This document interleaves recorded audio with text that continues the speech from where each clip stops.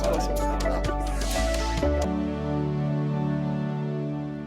O novo sistema de financiamento pelo crédito imobiliário foi anunciado pela Caixa Econômica Federal. As linhas de crédito imobiliário terão atualização pelo IPCA, ou seja, pelo Índice Oficial de Inflação. De acordo com a Caixa, o financiamento de imóveis por até 30 anos terão taxas de juros que variam de 2,95% a 4,95% ao ano, mais o IPCA. Nas linhas antigas, os juros eram bem mais altos. Mas será que isso vai melhorar a compra da casa própria para o consumidor?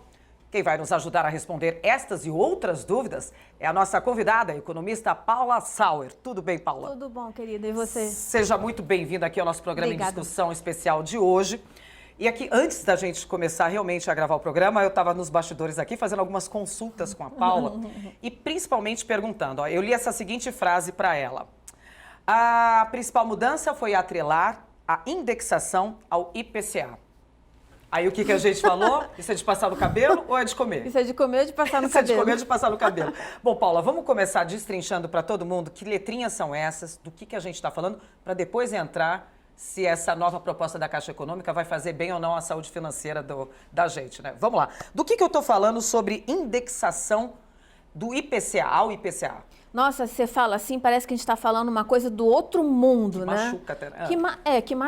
Vamos combinar que vai machucar um pouquinho. Tá bom, vamos lá. Mas vamos pensar assim, vamos primeira coisa traduzir o economês para o português. Eu acho que é por aí o começo da história.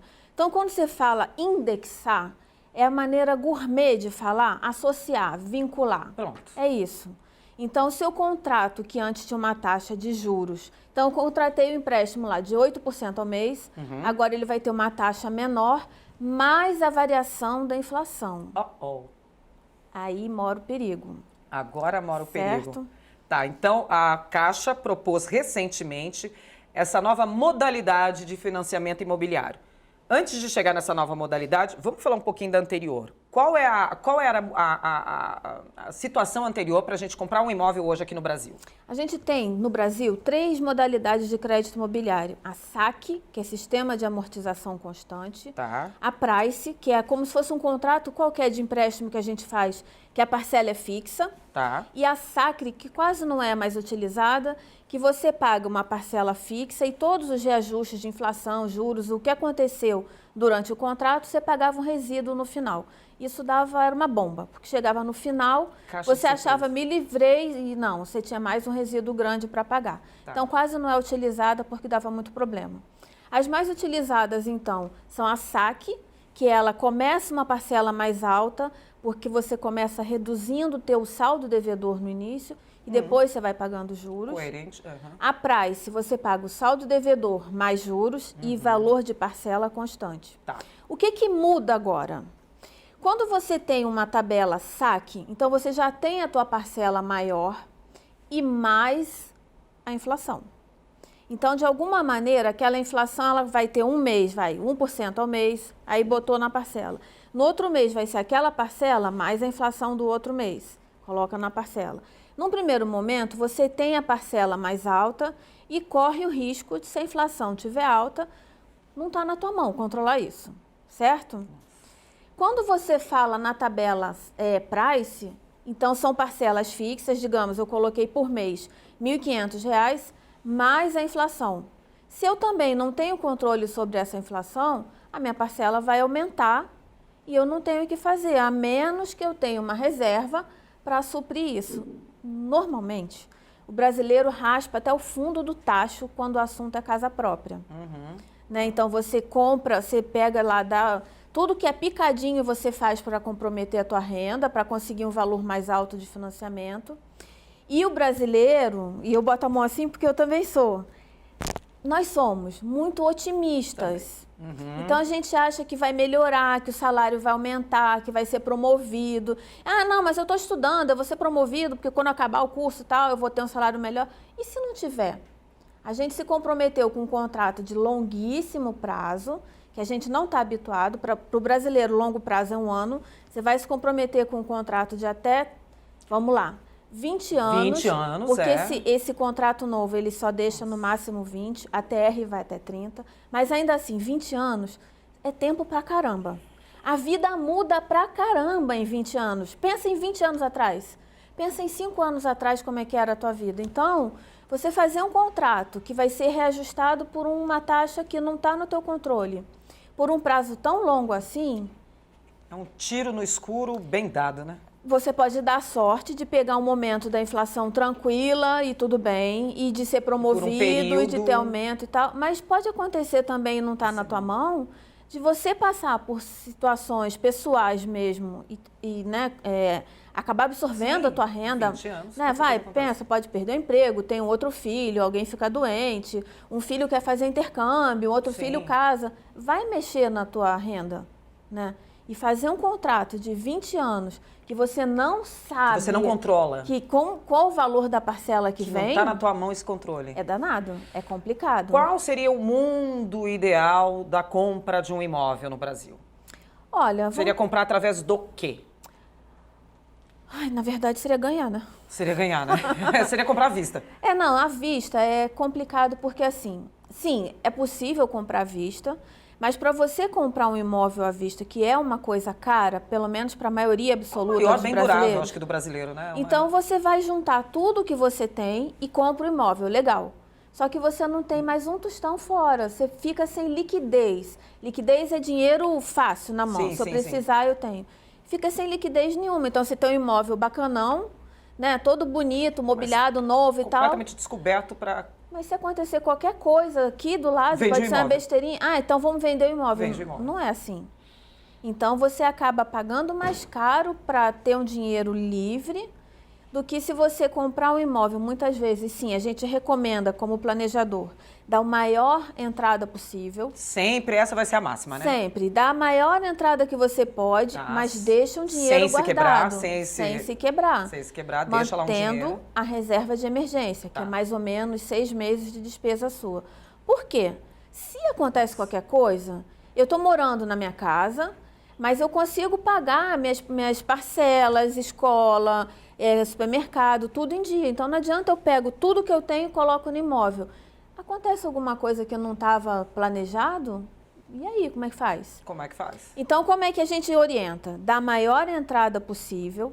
Primeiro, analisa se esse é o momento da tua vida ideal para comprar um imóvel. Vou casar, vou comprar uma casa. Será que é assim? Então, tá tão ligado quem casa quer casa, como a gente ouvia antigamente? Né? Muitas vezes, num primeiro momento, aluga num lugar que fica mais perto para ambos, que tenha condição dos dois pegarem transporte público até para facilitar a vida. Né? Porque o que a gente vê é assim, vou casar. Aí a pessoa vai casar e já quer comprar um apartamento de 3 quartos, porque vê os filhos, com varanda gourmet. Já quer começar pronta a vida, né? Não é galgando. Não, porque vai ter filho, porque vai ter criança, não sei o quê, então vai precisar. Gente, mas naquele momento não precisa. Naquele momento só são 2 pessoas dentro de 150 metros quadrados, e 120 aí, metros quadrados. Aquele quarto que era para ser o do neném, vira o quarto da bagunça, vira o escritório, vira o depósito. Então, é um metro quadrado muito caro para virar o quarto da bagunça. Para virar nada. Então, no primeiro momento, pensa, tá na hora de eu comprar? Eu já decidi o tamanho da minha família, é isso mesmo que eu quero para mim? É esse o bairro, é esse o lugar? Faz sentido? O meu trabalho hoje pode me mudar de cidade, de estado, de país? Será que vale a pena eu colocar tudo num investimento desse que não tem liquidez? É a hora certa? Esse é um primeiro ponto. Decidiu, não, quero comprar agora e tal, beleza. Então, dá a entrada o maior que você consegue e coloca uma parcela de, no máximo, 20% a 30%, mas honestamente. Não é? Tem gente que a gente vê, eu trabalhei em banco muitos anos, né? Então, o cara pega até o dinheiro do trocado que o vizinho tem sabe, que tem que devolver e coloca ali na composição de renda. E é um dinheiro que não entra todo mês. E aí a parcela entra todo mês. A parcela vai ser calculada em cima do dinheiro que você comprovar como renda. Se você pega, eu vou pegar os meus maiores contra-cheques para ficar bonito e tal, e aí, você não vai ter os maiores contra-cheques todo mês. Não é isso que está... Deixa eu tirar uma dúvida aqui. O atual cenário brasileiro ainda não é um cenário que a gente pode vislumbrar de segurança econômica, com o quadro de desemprego ainda As indústrias ainda invisto, não invisto, enfim, estão tímidas, né? Estão tímidas, está tudo muito tímido. PIB tímido, está tudo muito tímido o que está acontecendo no Brasil. Pequenos avanços, mas bem pequenos e discretos, mas parece que está melhorando. Por que o governo chega numa hora dessa e faz essa proposta? Chega a Caixa Econômica Federal e fala assim, olha, tem mais uma chance assim. O governo está precisando de dinheiro, ele está precisando que a gente invista nisso, que é para dar credibilidade na gente lá fora, assim, olha, tem mais... A venda de imóveis, sei lá, dispararam as vendas. O que precisa para ele? Porque o que você está me explicando é o seguinte, cuidado com essa sinuca de bico. Cuidado com o inesperado. Cuidado com o inesperado. O governo está te propondo o que parece ser mais barato agora, mas pela falta de controle com o IPCA, que é o índice da inflação, cuidado que ali na frente você vai ter um elefante branco bem grande montado em cima da sua cabeça. Pode ter, né? Pode ter. Mas é fato. O brasileiro não tem educação financeira. Sim. A gente não aprendeu na escola, não aprendeu dentro de casa. E se aprendeu dentro de casa, pode ter aprendido da forma errada, que foi gastando muito ou guardando dinheiro demais, guardando debaixo do colchão. É fato, o brasileiro não tem educação financeira. E aprendeu base num outro cenário, certo? Em outros cenários, de outras épocas, então, vamos pensar. Eu aprendi educação financeira vendo meu pai e minha mãe guardando, ia no mercado, recebeu o pagamento, vai no mercado correndo. Isso da época da poupança. Vai no mercado correndo e bota gasolina correndo, era hiperinflação. Que a inflação compra 10 litros de leite para poder estocar, porque não sabe quanto vai ser o leite amanhã. Era um cenário totalmente diferente. Isso. Então, mesmo quem aprendeu com um cenário diferente do que a gente tem hoje. Esse raciocínio que você está me ajudando a completar, é na minha cabeça assim, por que o governo está fazendo mais uma proposta que parece que eu não vou controlar? A gente vai quebrar ali na frente, quer dizer, tem grandes chances disso perder a mão, a população e o governo, assim. Por que eu deveria aderir a essa proposta? Na verdade, assim, é mais uma modalidade. Então, as outras não As estão outras lá. permanecem. Não é que ele vai agora, a partir de agora, não só essa, mais? não. Tá. Mas precisa ser muito bem orientado. Primeiro, você não sabe como é que vai ser a oscilação lá na frente. Quem pode aderir a essa proposta? Qual é o perfil do brasileiro que fala, tá aí, essa proposta nova da Caixa Econômica é o perfil desse tipo de pessoa? Eu imagino que o perfil daquela pessoa que possa fazer um contrato mais curto. Então, ele tem, de certa forma, um controle em relação à inflação. Sim, um contrato mais curto seria de quê? De 5 anos, tá. ou 5, ou no máximo 8 ou 10 anos. Tá. Porque assim, vai aumentando mês a mês, mas você consegue segurar. Agora, se você bota um contrato de 20 anos, você fala, nossa, né? Agora, quem consegue segurar por 5 anos, fala, nossa, agora não dá mais, eu vou quitar. Aí faz o sentido, porque você vai ter um reajuste menor da parcela do que começar uma parcela com juros de 8%, por exemplo. As propostas anteriores que a gente tem são mais complicadas que essa? Essa daí vem para facilitar a vida do mutuário? Não, ela vem para trazer para o Brasil uma nova modalidade de funding. Funding funding não é de passar no cabelo. Não é de passar nem de comer. Não. Tá. O funding é o lastro do dinheiro. Então, eu estou vendendo roupa, mas aqui, o meu estoque é esse. Tá. É como se fosse isso. Tá. Então, o funding, quando a gente fala hoje do funding do crédito imobiliário, é o fundo de garantia e a poupança. Como a gente está vendo que vai ter mudança no fundo de garantia e as pessoas vão querer ficar mais tempo com o fundo de garantia, então eu preciso encontrar um novo funding para o crédito imobiliário. Eu preciso ter um outro dinheiro guardado para o crédito imobiliário. Preciso de um outro estoque. Esse estoque vai ser mexido que a gente tem hoje. Isso. Então, precisa de uma outra alternativa. Ela já existe lá fora, não é novidade do Brasil. Isso que eu ia falar, é uma coisa brasileira? Não. Não é uma lá jabuticaba. Fora, quando você fala lá fora, é onde? Estados Unidos é sempre a nossa referência, Sim, né? também. Já existe lá fora, não é novidade nossa. Uhum. E quando a gente pensa em crédito imobiliário e pensa em Estados Unidos, vem na cabeça a bolha imobiliária, aquilo tudo que aconteceu lá. Um tempinho atrás, crise do subprime. Legal. Eu não sei se para todo mundo falar de subprime é tranquilo. O que é subprime? Subprime é como se eu emprestasse dinheiro para o pessoal que está com o nome sujo. É isso, sabe? Como se eu fizesse um empréstimo para aquelas pessoas que já estão no SPC ou Serasa. Tá. E lá tinha uma outra diferença que é bem diferente aqui nossa. Aqui no Brasil, é chatérrimo para você fazer um crédito imobiliário. Você tem que cumprir uma porção de preceitos e o imóvel também. De requisitos, né? Um monte de requisitos para não chegar lá na hora e falar assim, então, mas esse seu imóvel aqui é garantia de uma dívida, você financiou, mas a gente vai ter que tomar o imóvel. Sim. Então, o imóvel aqui, assim como o vendedor, o comprador e o imóvel, são super, hiper vasculhados, até que chegam, ok, pode comprar, pode financiar. Nos Estados Unidos, isso era um pouco menos rígido como é aqui. Então, o mesmo imóvel que era dado como garantia no empréstimo, era dado em outros, ao mesmo tempo. Nossa. Então, se a pessoa tinha uma dívida ali e não conseguia pagar, aquele imóvel que era garantia de um outro empréstimo, era tomado. E aí, por isso que a gente fala Essa do subprime bolha, como se fosse aquele dominó, né? Emprestar para quem está devendo, uma hora vai Era pegar. isso. Uma hora o rabo corre atrás, o cachorro corre atrás do rabo, uma hora pega. Aqui no Brasil é mais difícil que aconteça isso, porque a nossa legislação e as nossas regras de crédito são mais rígidas Protetivas, mesmo, vai. mais protetivas. Protege mais a gente, tá? Por outro lado, se por um lado a gente protege, por outro a gente acaba colocando não só o consumidor, mas os bancos também numa situação de... Cobertor fica curto, puxa para cima, descobre o pé, Isso. cobre o pé, descobre se uma hora é banco que está descoberto, outra hora é o consumidor que está descoberto. Para o banco é um risco maior nos contratos de mais longo prazo, de todo jeito. Um contrato mais longo, para sempre, ele possui mais risco. Tá. Mas quando a gente fala mais longo e indexado a um índice que você não tem controle, para o banco é delicado também, não só para o consumidor. Quando eu opto por uma modalidade de financiamento, eu posso mudar no meio do caminho? Essa não vai poder mudar. Essa não vai... Ai, que medo. Na hora que você optou Agora essa por fala essa, deu medo. optou por essa, porque você ali na não frente, pode daqui mudar. 7 anos, eu vou falar, Paula, olha a inflação perdeu de vista, tá? Não Como a dá. Argentina, a gente está sem controle, o que a gente faz? Vou mudar para o saque. Não, o desenho de hoje... Não pode. O desenho de hoje não permite. Eu não sei se lá na frente... De repente, uma vai emenda, ter alguma coisa, uma emenda, um adendo ao contrato que variação. permita. Nesse momento, não. Tá. Então, uma hora que você escolheu a TR como o indexador do teu contrato, ou o IPCA como indexador do teu contrato, é o IPCA. Porque muda muito. Então, eu vou trabalhar com uma taxa de juros mais IPCA.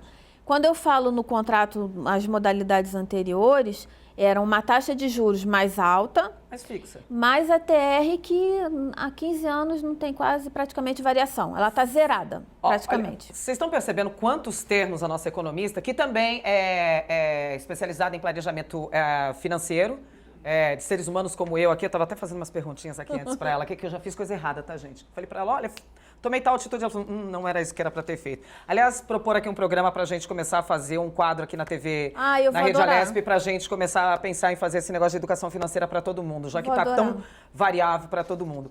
Mas olha quantos termos ela já usou até agora. A gente já falou, abriu o programa falando de IPCA, que na verdade é o índice de inflação, tá, gente? Depois eu falei de indexação, isso daí não é um termo financeiro, mas indexação seria alguma coisa ligada, alguma coisa que está junto com outro fator, aí outra taxa. Aí ela falou de funding, que seria como se fosse o estoque que o governo teria para se garantir para poder vender aquelas roupas naquele preço, que se o estoque está baixo vai ter, enfim. Ela falou de subprime, que seria um empréstimo para pessoas que não estão tão bem na fita, assim, estão com o nome sujo. E ela falou de um outro termo aqui, que eu estou deixando escapar, mas volta e meia ela volta com ele, que é TR. Sim. O que é TR? A TR é uma taxa referencial.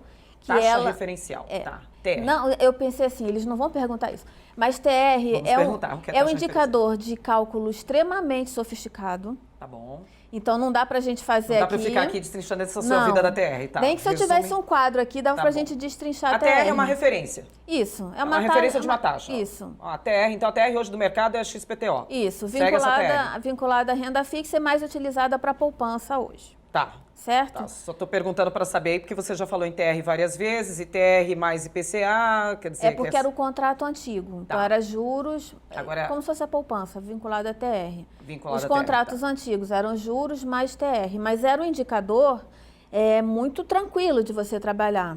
Se você está 15 anos no indicador que ele está variando no máximo 0, 0,1, 0,10, 0 nada, você fica tranquilo, fala, não, beleza, é essa a taxa de juros. Agora, quando você coloca associado à inflação, porque pensa, a gente está num momento que a gente está de recuperação. Sim, tá estranho o momento, então, ainda está tudo muito tímido, a economia está tímida, o empresário, o trabalho consumidor... mudou, a gente está com pouco emprego, mas muito trabalho. Quer dizer, não tem mais aquela carteira assinada. Então, tem muita coisa devagarinho acontecendo e a inflação, ela, no momento de... Eu não produzo. Eu, como empresa, não produzo, porque eu não sei se eu vou vender. Eu, como consumidor, eu não compro, porque eu não sei se eu vou ter dinheiro para pagar. Simples né? assim. Então, não tem emprego, não tem consumidor, não tem empresa investindo. Se nesse cenário a gente está com a inflação zerada, pensa que quando a gente começar a se desenvolver mais e ficar mais confiante, não, eu vou comprar, agora eu vou começar a trabalhar, não estou de carteira assinada, mas eu tenho uma renda legal todo mês. Conseguir ter uma estabilidade. Então já dá para eu comprar. Aí a empresa fala assim, então já dá para eu produzir. Aí fala, então já posso contratar. Na hora que essa máquina começar a rodar, as pessoas vão estar dispostas a gastar mais dinheiro e aí vem a inflação. E aí eu tenho um contrato que eu não sei quanto que vem minha parcela por mês. Porque nesse mês a inflação está zero, mas na hora que a inflação começar a rodar, e é cíclico o que a gente vive na economia, então eu compro agora que a inflação é zero, fico felizão, porque eu peguei uma taxa de juros mais baixa, uma parcela que era 3 mil virou 2 mil. Mas e aí, a economia vai aquecer, a inflação vai aquecer daqui a 5 anos? Cara, como é que eu vou lidar com aquela parcela? Sabe? Então... É rezar para o país não progredir, se não ser próspero. Então, mas não é o caso. Não é o que a gente quer. Não é o discurso, Mas claro. é preciso saber assim, o que é louco, para mim? gente. Qual é a modalidade para mim? Então eu penso assim, nesse momento, nesse cenário, né, o que a gente recebeu de largada agora desse novo contrato, eu entendo que ele é o mais adequado para pessoas que vão poder fazer num curto prazo, financiar uma quantidade pequena, só uma diferença do valor do imóvel, sabe? Não é aquele que vai dar 20% de entrada, antes era 30%, agora vai poder dar 20%, e financiar 80% do valor do imóvel em até 20 anos. Não é. Não é. Vamos lá, gente, eu vou aproveitar essa aula que a Paula está dando aqui hoje para a gente para tirar todas as dúvidas com esses nomes que a gente ouve muito falar, mas entende muito pouco, não sabe? A gente tem que fazer o economês em bom português. O economês em bom português. Olha, já tem um programa, economês em bom português. Vamos lá. E eu tô dentro, já sou eu. A gente já viu que a TR, que é a taxa referencial, ela é meio complicadinha de se calcular, mas ela é um cálculo que existe entre algumas variáveis aí que tem de renda fixa, com tarará, tem a TR, tá bom. Quando a gente fala de IPCA, quando eu falo de índice de inflação, eu penso o seguinte, sou dona de casa, tá? Eu ganho R$100 por mês. Mas eu fui no mercado hoje, eu fui comprar o tomate, aí teve a variação do tomate, porque teve tempestade, ou teve seca, ou teve muita chuva. O tomate foi o quilo para R$15. Eu falo, uau, aumentou 100%. Mas aí eu vejo lá no Jornal de Ponta à noite, o apresentador falando que a inflação deste mês foi de 2,9%. Eu falo, não, apresentador, não foi de 2,9%, porque eu paguei só de tomate 150% a mais esse mês. Isso. E o meu salário continua a mesma coisa. Como é que se calcula esse índice de inflação e o que é que eu realmente tenho que ter essa peneira para falar, a inflação vai então subir. vamos lá, adorei. Tá. Não existe uma só inflação, não existe um só índice. Tá bom. Então, existem alguns índices de inflação calculados no Brasil. Um deles é pelo IBGE, o outro pela Fundação Getúlio Vargas. Eu vou explicar um pouquinho de cada um, só para dar um... Não, é bom pra gente. E o IPCA, que é o vinculado a esse crédito imobiliário. Por que o IPCA? Porque cada um desses índices, ele pega uma cesta de produtos em determinados estados e faz uma média dos preços. Olha só. Então, não é que a inflação é igual em todos os lugares e, principalmente, a inflação não é igual para todo mundo.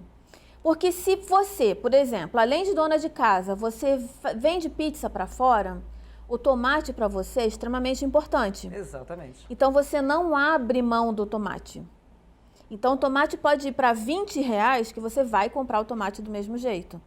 Eu não vendo pizza para fora. Então, se o tomate aumentar, eu vou comprar cenoura, eu vou comprar alface, eu vou comprar outra coisa. Percebe? Para continuar ali na sua renda. Então, de cara, você já percebe por que a inflação é diferente para um e para outro. Então, quando a gente fala uma pessoa de idade, a inflação está 0%. Não, mas o remédio aumentou, então não funciona. Aqui em casa não está 0%. Aqui em casa não está 0%, porque a inflação ela é pessoal de cada um.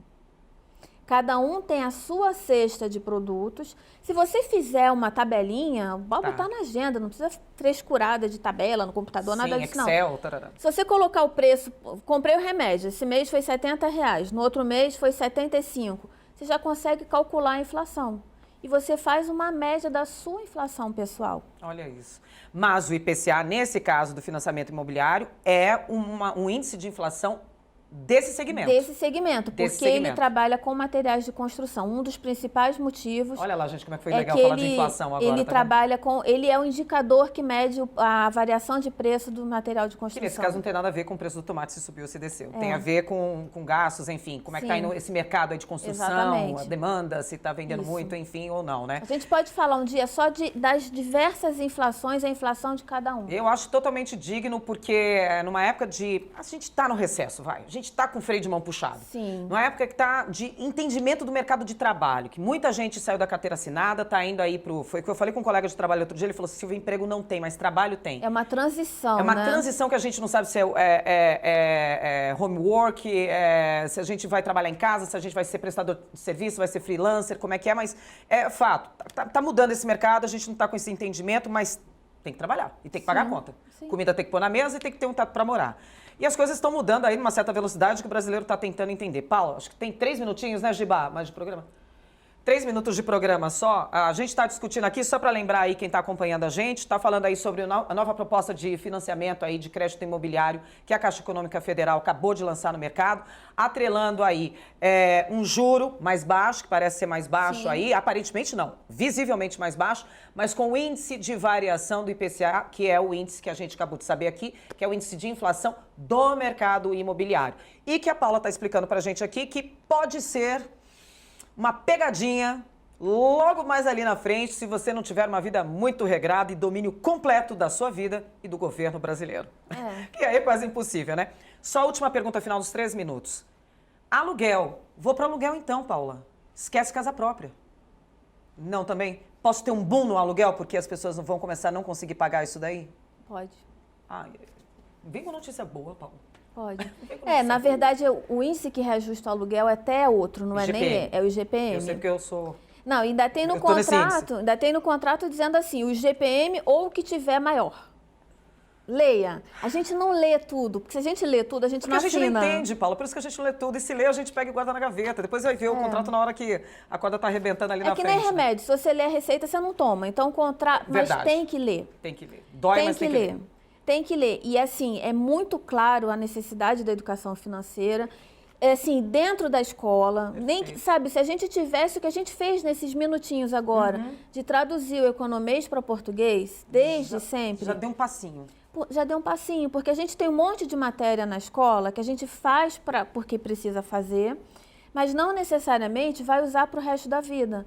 Agora, pensa que bom seria se você na escola tivesse tido aula disso que Juros fosse... de cartão de crédito, LIS do banco, né? Pensa, se te ensinassem na escola a fazer a sua declaração de imposto de renda. Nossa! Gente, você vai fazer pro resto da vida aquilo. Sou dona da minha vida. Nossa, tem total poder.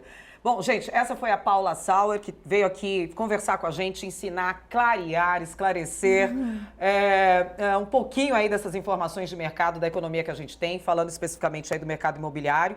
Pense bem, você que acompanhou esse programa, faz os cálculos, anota, veja as propostas anteriores do governo aí, ou do mercado que tem aí para você poder fazer um financiamento imobiliário. Se não der... freio aí, pensa bem, guarda dinheiro. E o teu momento de vida, né? Pensa no teu momento de vida também. Não é só não pensar no fora. Não se empolga com o que o governo está falando. Isso. Você pensa no momento de vida. Não olha só para fora, olha para dentro.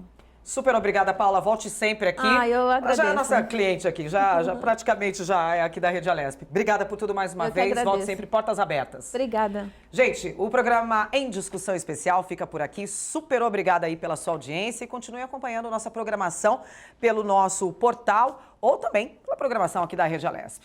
Até o nosso próximo encontro. Tchau.